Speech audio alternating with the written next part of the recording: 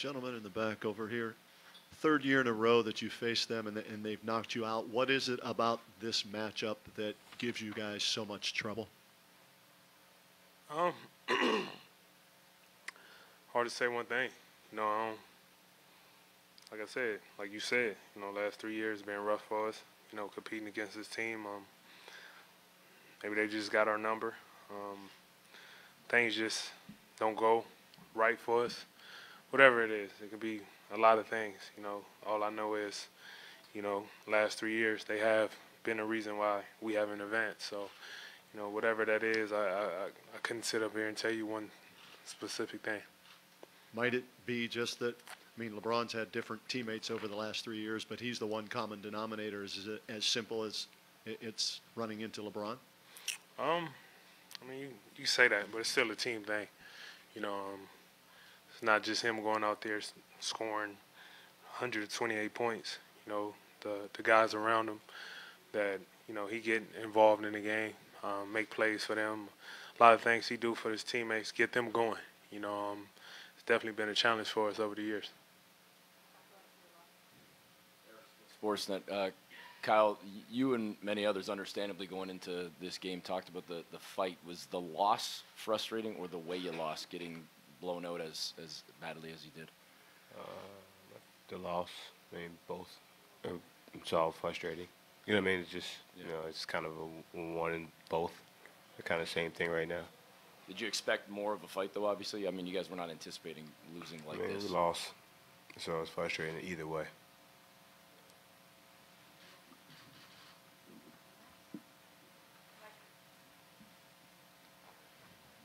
How do you guys evaluate having to go up against LeBron for 3 straight years? Like, how do you guys kind of put that in context? The guy's going to go down to the best 1 or 2 players, 3 players of all time. And, he certainly showed it in this series. So do you are you hard on yourselves because you couldn't get it done? Or do you kind of almost feel like it's your bad luck that you keep running into him? Definitely hard on ourselves. We couldn't get it done. We had opportunities after opportunities after opportunity. And, we couldn't pull off, that big challenge you want to face up against, going against a guy like that. All you can ask for at the end of the day is, have the opportunity to face him, to try to, make up for the previous time, and, we just couldn't get it done this time around.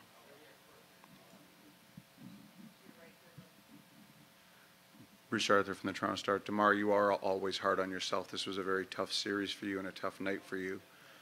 What happened in this series in terms of how they affected you and maybe how you feel about how you played?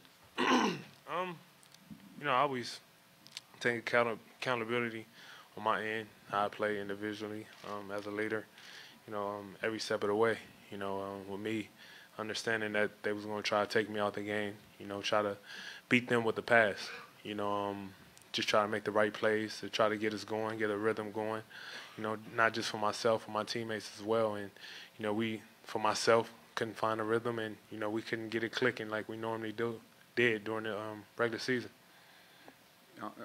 You try to improve yourself every year. Is there anything in this series that you look at and say, that's what I need to get better at?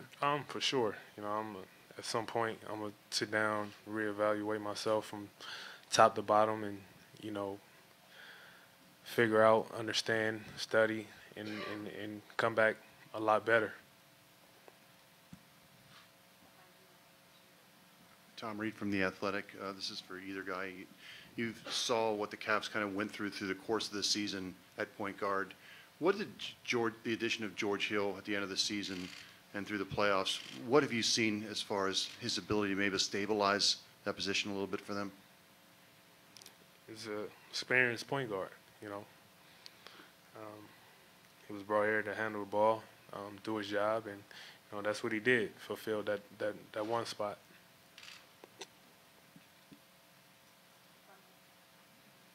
Neil Davidson from the Canadian Press. This was a lopsided result, but there were other games that were close. Will they stay with you in terms of thinking about what might have happened if that tip-in had gone in, if that bucket had happened? It's life, man. You know, if you dwell on what should have happened, what could have happened in life, you know, you'll drive yourself crazy. You know, fact of the matter is, we out, we done. Gotta get back to reality come tomorrow, and work our butt off this summer and get ready for the next stage. I was in here and he was saying, like, every year they come in and their focus is to stop you. Did you see anything different from what they did this time around as opposed to previous years? Nah. You know, like I said, you know, I knew they was gonna come out, blitz me, try to get the ball out of my hands, and you know, it was on me to be able to make the right plays.